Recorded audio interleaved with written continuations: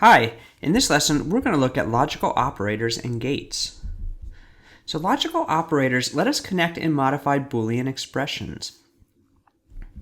So for example, we see three logical operators that we're going to talk about. The NOT operator, which is represented by an exclamation point. The OR operator, which is represented by two vertical lines, and you'll find these on the right side of the keyboard. And the AND operator, which is represented by two ampersands.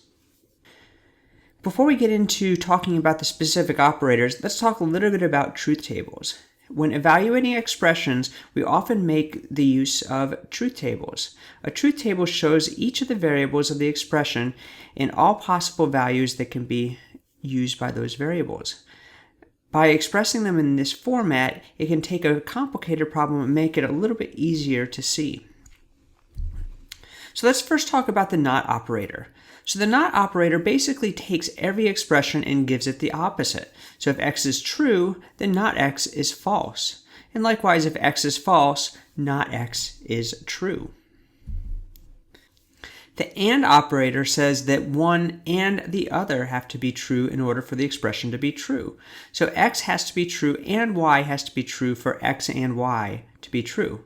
So we see x true, y true, x and y is true. Otherwise, all the other expressions evaluate to false because both conditions are not actually true. In contrast, the OR operator says that x or y need to be true to have the expression evaluate to true. So if x is true and y is true, then x or y is also true. But if x is true and y is false, the expression is also true. And likewise, if x is false and y is true, then the expression is true. The only time we see that the expression evaluate to false is when both x and y are false. So let's take a look at the NOT operator in action. So if we have a Boolean where we say the light is on is true, then our light is on, and we can see that in the light on box it says true.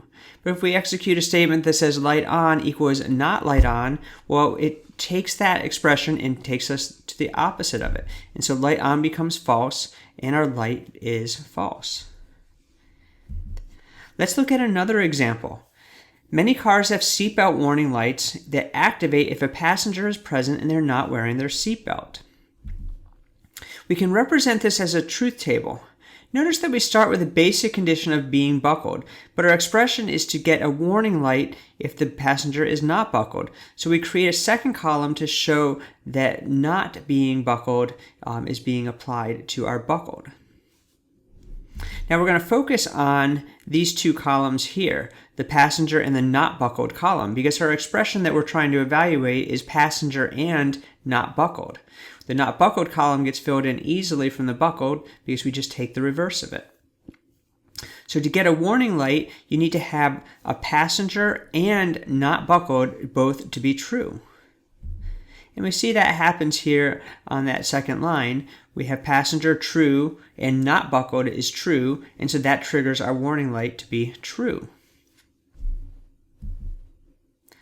So AND and ORs are also found in chips. So in a computer and other electrical circuits, we have specific chips for AND and OR expressions. These are known as gate switches and are essentially have two inputs and an output. For an AND switch, if the voltage is detected at both gates, the output has voltage. Otherwise, it does not have voltage. The chips in Tinkercad actually have 4 gates in each. Notice that pin 1 and 2 are inputs to a gate and pin 3 is the output. We also have a hookup for a positive power at pin 14 and a negative power at pin 7. But again, we only really need 3 connections for our gate plus the positive and negative voltage. And so our chips are going to have multiple gates within each chip, and you only need to use the gates that you need. So how do we know which pin is pin 1? Well, there's 2 ways to tell. First, there's a notch on the chip, and you can see that in the diagram. That shows us how to orient the chip. The second way is to look for the dot, which corresponds to pin 1. And sometimes that dot is colored in, sometimes it's just a little dimple in the chip. We're going to explore 2 chips in Tinkercad, but there are others. To find the chips, you will need to make sure you're searching all components. Now it's your turn to explore in Tinkercad.